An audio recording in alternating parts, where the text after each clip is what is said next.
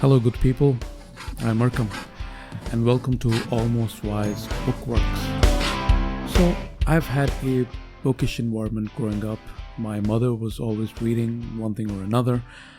And while as kids, we also grew up reading stuff like Hikayat-e-Rumi, Hikayat-e-Sadi, Iqbal, historical fiction, apart from all the desi stuff such as Umro-e-Yar and occasional Imran series. Reading monthly digests and suspense digests was a thing back in the day. We either played in the streets or we just read books. That was pretty much the order of the day. And as far as we were concerned, any gifts we ever received were also mostly books. So they were seeds planted right there from the start, and it was destined that they would bear fruit eventually. Later on in my teen years, I had completely given up reading, partly because of our ridiculous schooling system, which makes kids abhor books, and partly due to my growing ADHD. But that all had to change later down the road once I got into university and ran into all sorts of existential stuff, self-esteem, and mental health related issues. Being an introvert, I could never open up to anyone, so I had to resort to helping myself. And what other option did I have other than just reading books? So these are actually the books I read which reinvigorated my love for reading and seeking knowledge in general. These are the books from my Renaissance years, if you will. This was when I decided that I would rather find stuff out on my own than, make excuses. So the first book that I have in the list is one of my all-time favorite books, and this just happens to be the only copy that I have here, and all the other books on the list are actually, I don't own them. This is Autobiography of Malcolm X, as told to Alex Haley, the story of a hoodlum hustler, Detroit Red, who slashed through every adversity that came his way and grew up to become one of the most influential personalities of the 20th century. To this day, he is known as a stalwart figure in Black American struggle for equality and rights. He's also one of the biggest influences in Islam penetrating the Black American communities in the United States. This is a story of how and why Malcolm Little became Detroit Red and later became Satan, and then eventually Malcolm X and ultimately Al-Hajj Malik al-Shabazz. Malcolm was gunned down at the age of just 39. Shot 21 times in the chest. If I told you that the energy that this book emanates is special, but perhaps is only able to radiate just a wee bit of what colossal charisma this man must have had in real life, then you might think that I'm overstating, but in fact, I'm falling short on each and every account. The riveting journey of a man whose sheer unbridled brilliance and intelligence has left readers in awe for decades, and the articulate, profound, and at times hilarious manner he's able to convey his story is transformative. His drive, resilience, and intelligence is so contagious it changes lives. It changed mine 17 years ago when one of my good friends, Ibrahim Mariva, handed this book to me. It has stayed with me ever since.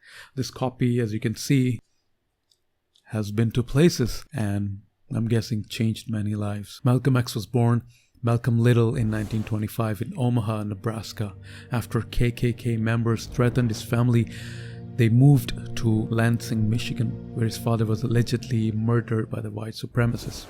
Malcolm was 6 years old.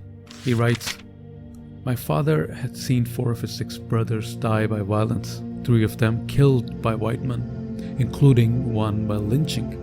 What my father could not know then was that of the remaining 3, including himself, only one, my Uncle Jim, would die in bed of natural causes.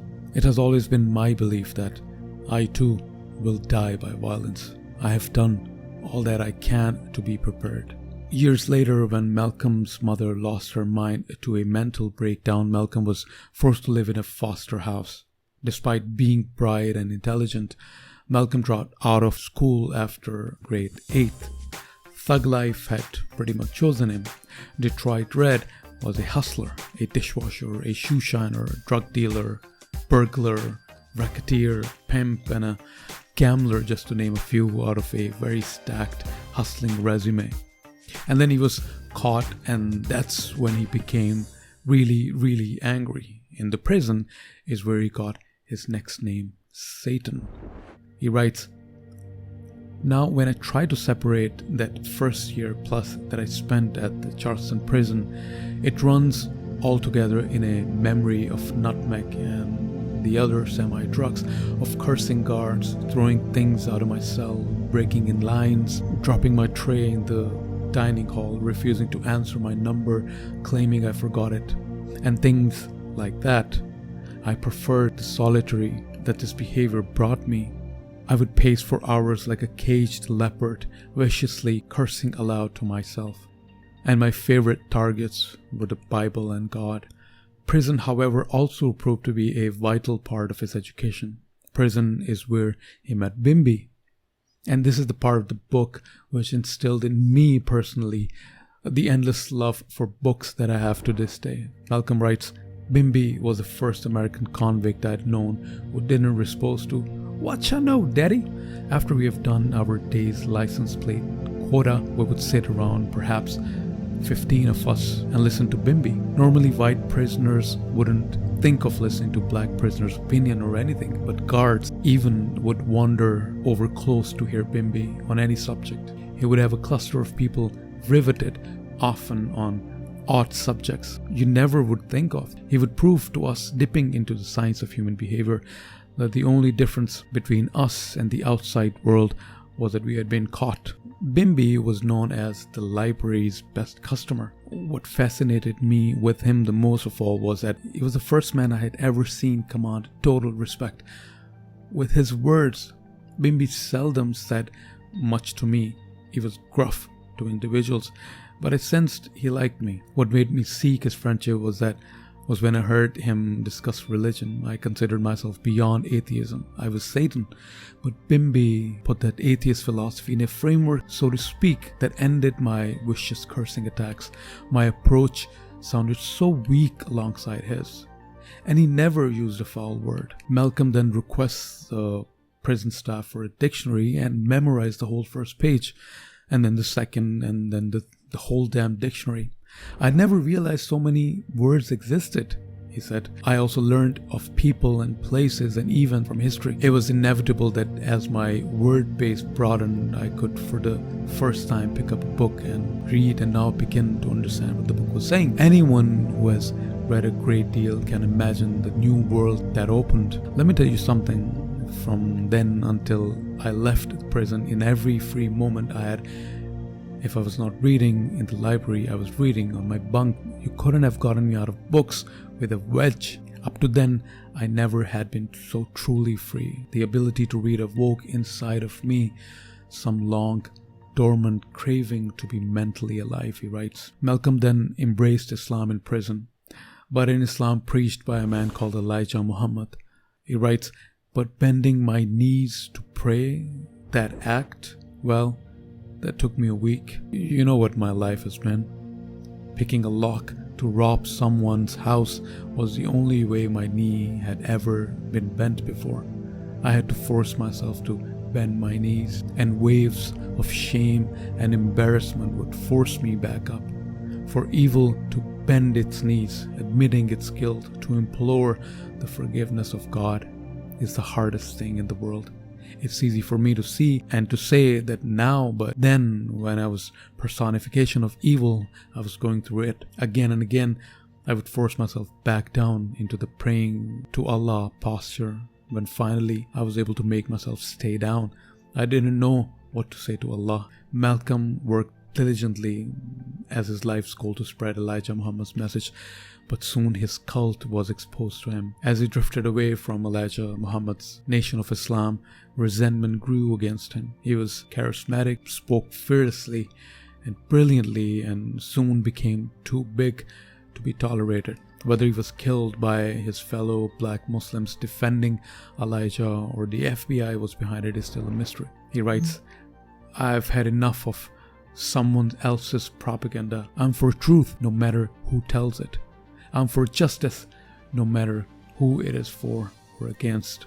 I'm a human being first and foremost, and as such, I'm for whoever and whatever benefits humanity as a whole. Now, this book is an absolute must-read, and I often recommend this to anyone and everyone who has read a book or two or isn't particularly a reader. This is essential reading, and it's quite lucid when it comes to readability. I rate it easily 5 out of 5 stars. It's one of my favorite books of all time.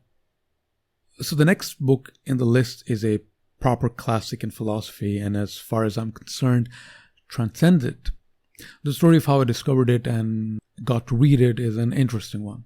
In the early days of Android phones, there was a free ebook reader application that I downloaded. I still didn't know why I did that because I wasn't a reader back then. So anyway, this app came with a library of public domain books. In fact, there were a few books that came with the app by default. One of those books was Apology by Plato. Spoiler alert, Socrates dies in the end. And like each and every single one of us would do, I never opened it. Yeah, it's Plato, whatever. I don't even know the relationship between Plato and Socrates. Who was Socrates? Who was Plato? And who was Aristotle? Who was Alexander? It was just all too much for a young university student. But on one rainy evening in my dormitory room, bored and out of ideas, the book chose me, and I started reading it. And with every line that I read, I felt the cobblestone ground of my brain shaking and cracking to give way to vines and flowers of immense vibrance and beauty. I had not felt that way before. I didn't know words could do that. And your mind could actually grow inside of your brain. Socrates was sentenced to death in 399 BC, in case you didn't know that. And the account of this trial, his defense, and his ultimate death was written by a student, a certain man named Plato. Do you know what that means? No. Do you realize what that means? It means that for more than 2,500 years, folks like you and I, and more important folks, been reading this tremendous work. This wonderfully brilliant yet tragic account of a man who has become the face of philosophy. Alexander read it. The legendary Marcus Aurelius read it. Rumi read it. Al-Ghazali read it. Kant read it. Tolstoy read it. Einstein read it. Helen Keller read it. Well, maybe not like read it, maybe like heard it. Malcolm X most likely read it. And you could be on the list with all these people too. People who have read Apology by Socrates, written by Plato, perhaps one of the most intriguing starts to a work of literature. Lo and hear how you have felt, O men of Athens, at hearing the speeches of my accusers. I cannot tell, but I know that their persuasive words almost made me forget who I was. Such was the effect of them, and yet they have hardly spoken a word of truth. Socrates then goes on and targets one by one all of their stupid accusations lodged against him and absolutely decimates his prosecutors. This book is a magnum opus in badassery and thug life literature. Here's an example of how Socrates responds when the jury announces that he's found guilty for corrupting the youth of Athens and is thus condemned to death. He says, "Not much time will be gained, O Athenians, in return for the evil names which you will get from the detractors of the city, who will say that you killed Socrates, a wise man. For they will call me wise, although I am not wise, when they want to reproach you.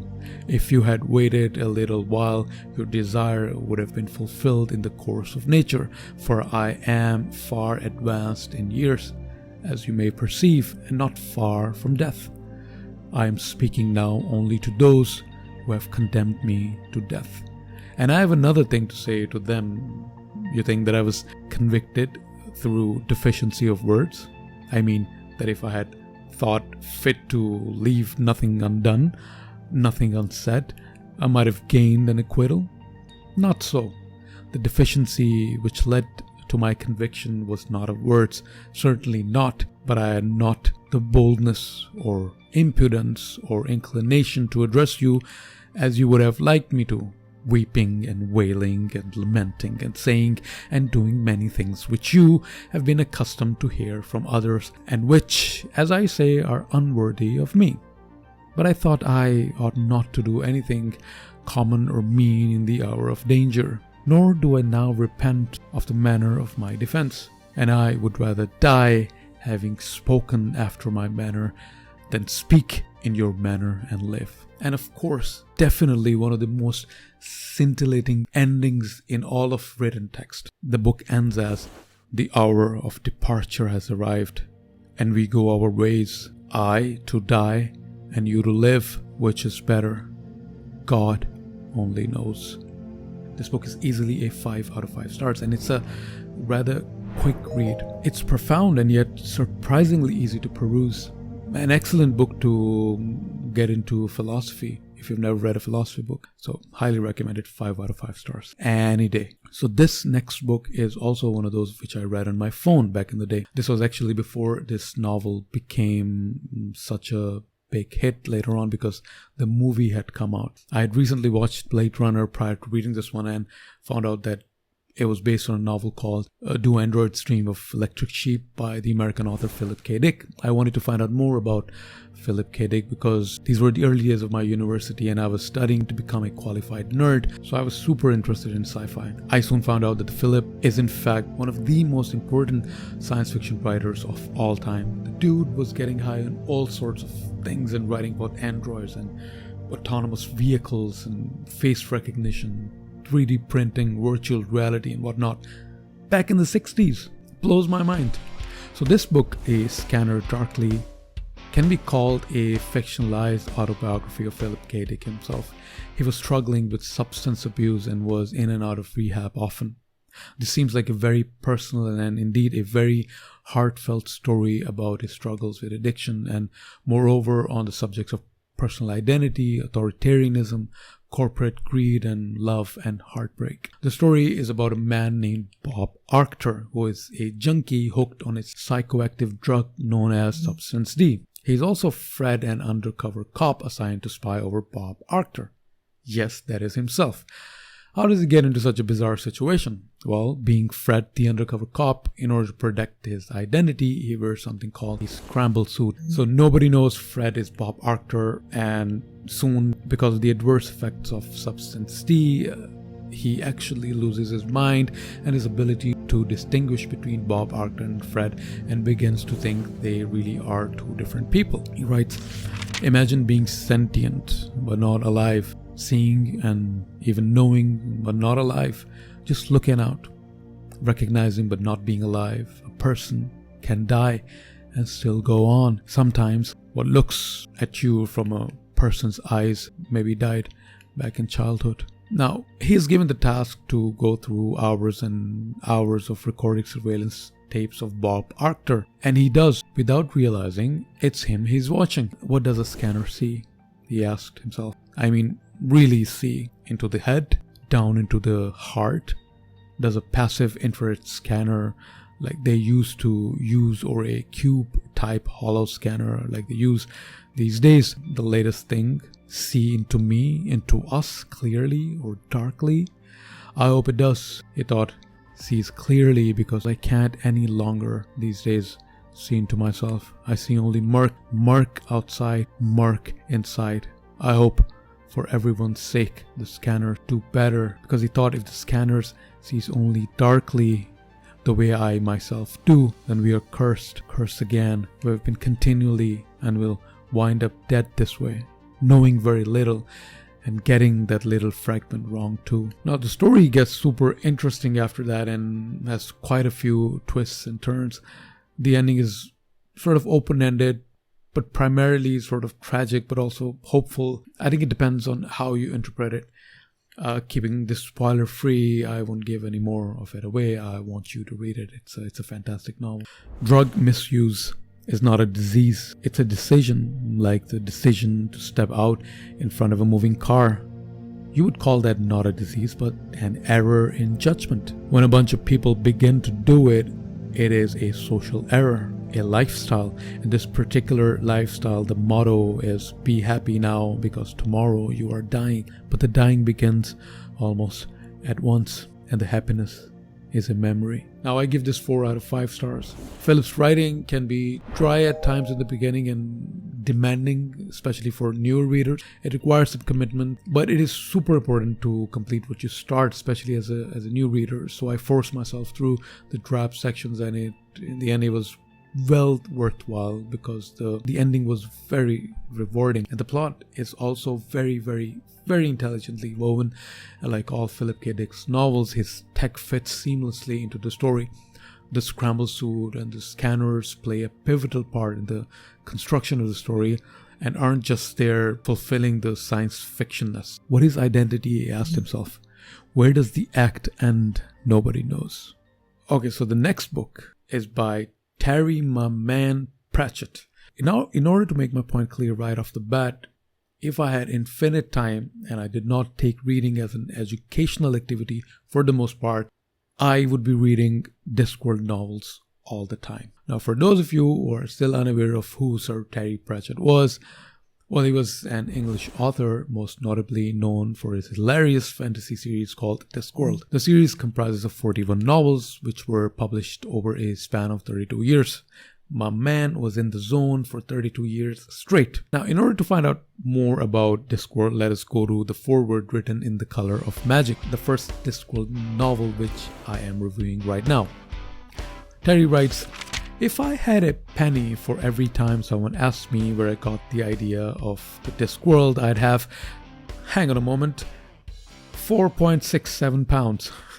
Anyway, the answer is that it was lying around and didn't look as though it belonged to anyone. The world rides through space at the back of a turtle. It's one of the great ancient myths found wherever men and turtles were gathered together. The 4 elephants were an Indo-European sophistication. The idea has been lying in the lumber rooms of legends for centuries. All I had to do was grab it and run away before the alarms went off. Well, The Color of Magic, the first novel in the Discworld series, is a story of Rincewind, an absolute embarrassment of a wizard, and a failed student at the unseen University of Wizardry in the biggest city of Discworld, known as Ankh-Morpork.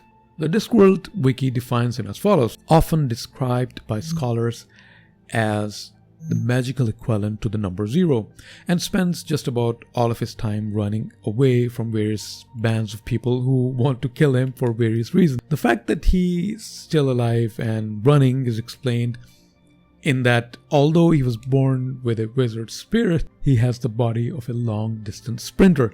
Rincewind is also reputed for being able to solve minor problems by turning them into major disasters. So our hero, Rincewind, lands a gig where he is to become a tour guide for a tourist named Two Flower, thinking he would make some bucks off of Two Flower, who, by the way, has a chest of luggage with many feet and protects its owners. Both of them end up being in utterly disastrous situations, traveling across many cities of Discworld. If you've never read a Discworld novel, like, seriously, what are you doing? You gotta, like, read it, because Terry's writing is just as funny as it gets. And not just funny, it's extremely intelligent and extremely witty. I'm always amazed at the wit and the comic timing and the sheer joy that it brings every time I read a Discworld novel. And Color of Magic is no different. I would specifically recommend this to anyone who does not read books but would like to. There's a point where everyone begins. It's a choice after all. And if you are intimidated by classic or other demanding books about philosophy and whatnot, feel free to pick this one up without a worry and begin the journey. Not just the journey towards reading Discworld novels, but the journey towards reading itself. It's a gift. I give The Color of Magic 4 out of 5 stars for exceptionally good pacing, ridiculously hilarious characters and situations, and wit that is unmatched. And while we're on the topic of Discworld, here's one of my all-time favorite quotes. Like, not like just from Discworld, one of my favorite quotes of all times. It's going to give you a little insight on the kind of wit that we're talking about here. Terry writes in another Discworld novel called Jingo, build a man a fire and he'll be warm for a day. Set a man on fire and he'll be warm for the rest of his life. Yeah. The final book on the list features one Gregor Samsa. the most famous man bug in all of literature. The Metamorphoses is Franz Kafka's most known work. It's a novella of inexplicable absurdness and has as many interpretations as perhaps its readers.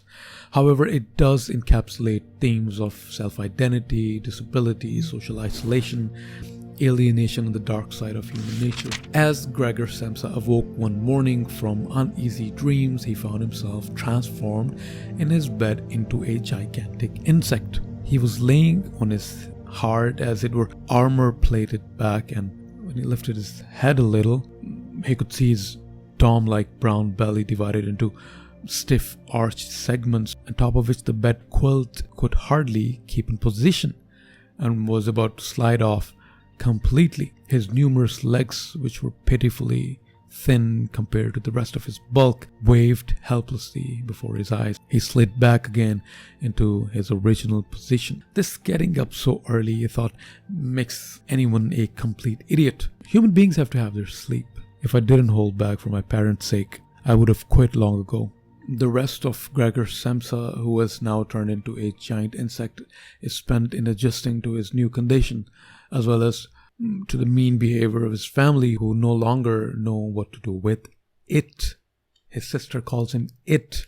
Poor Samsa spends his time crawling around in his room, which now only has one couch remaining, which he uses to hide under whenever someone comes to visit him. There's an absurd eeriness that accompanies the reader while reading this book, an uncomfortable relatability that also lurks. It does not matter who you are, what you do, what kind of personality traits that you have. Everyone oddly finds something relatable when it comes to Gregor Samsa. In fact, to Franz Kafka in general. Some attribute it to Kafka's father complex, which is clear when his letters are studied. His timid personality, his lack of self-esteem growing up, etc. But it is a fact in general that reading Kafka can be a very personal experience based on numerous subjective factors. There is almost always something relatable that you can find, even if the setting is as bizarre as it is in the Metamorphosis, or in other words, as Kafkaesque. Towards the end of Metamorphosis, there's a passage that goes, "It now seemed really clear that having assumed they were to hear a beautiful or entertaining violin recital, they were disappointed and were allowing their peace and quiet to be disturbed only out of politeness. The way in which they all blew the smoke from their cigarettes out of their noses and mouths in particular led one to conclude that they were very irritated. And yet his sister was playing so beautifully. Her face was turned to one side, her gaze followed the score intently and sadly." Gregor crept forward still a little further and kept his head close against the floor in order to be able to catch the gaze if possible. Was he an insect that music so seized him? Now, the Metamorphosis isn't particularly an enjoyable book. It's weird, but if I'm to listen to Franz Kafka himself, it kind of makes sense. He writes, "I think we ought to read only the kind of books that wound and stab us. If the books we're reading doesn't wake us up with a blow to the head, what are we reading for?" Now, I give Metamorphosis 3 out of 5 stars. I know it's a great book, it's literature and it's very important and all of that. I understand that, but personally I find Kafka okay to read, and it's essential though. It's a very important book and I recommend this. Alright, so with that scurvying thought, I would like to conclude the first session of Almost Wise Bookworks. So there's going to be a lot of stuff related to books and recommendations coming in the future, inshallah. Thank you for sticking around, thank you for watching, and do let me know how this one went, and I will see you in the next one. Khuda Hafiz.